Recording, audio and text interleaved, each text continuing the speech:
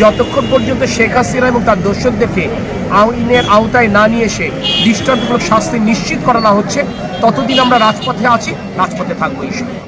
কেন্দ্রীয় কর্মসূচির অংশ হিসেবে যশোরে দ্বিতীয় দিনের মতো চলছে বিএনপির সকাল সন্ধ্যা অবস্থান কর্মসূচি। সাবেক প্রধানমন্ত্রী শেখ হাসিনার বিচারের দাবিতে আজ শহরের চৌরাস্তা সহ বিভিন্ন পয়েন্টে এ অবস্থান কর্মসূচি অনুষ্ঠিত হয়।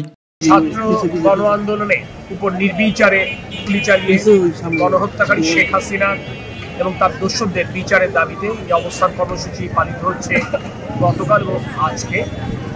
যশোর সহ খুলনা বিভাগের 11টি সাংগঠনিক ইউনিটের প্রতিটি জেলা, প্রতিটি উপজেলা, ইউনিয়ন পর্যায়ে কর্মসূচি পালিত হয়েছে।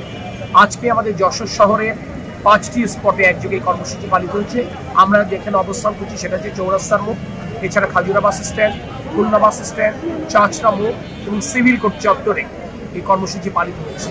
এছাড়া সদর উপজেলা বাকি ইউনিয়নগুলোর গুরুত্বপূর্ণ বাজারে কর্মসূচি পালিত হচ্ছে। যশোরের সকল উপজেলা সদরও একইভাবে এই কর্মসূচি পালিত হচ্ছে। জেলা বিএনপির আয়োজনে শহরের চৌরাস্তায় অনুষ্ঠিত কর্মসূচিতে উপস্থিত ছিলেন খুলনা বিভাগীয় ভারপ্রাপ্ত সাংগঠনিক সম্পাদক অনিন্দ্য ইসলাম অমিত, জেলা বিএনপির আহ্বায়ক অধ্যাপক নার্গিস বেগম, সদস্য সচিব সাবিরুল হক সাবু সহ জেলা যুবদল, স্বেচ্ছাসেবক দল, ছাত্র দল, মহিলা দলের বিভিন্ন পর্যায়ের নেতৃবৃন্দ। ডেস্ক রিপোর্ট, গ্রামের কাগজ।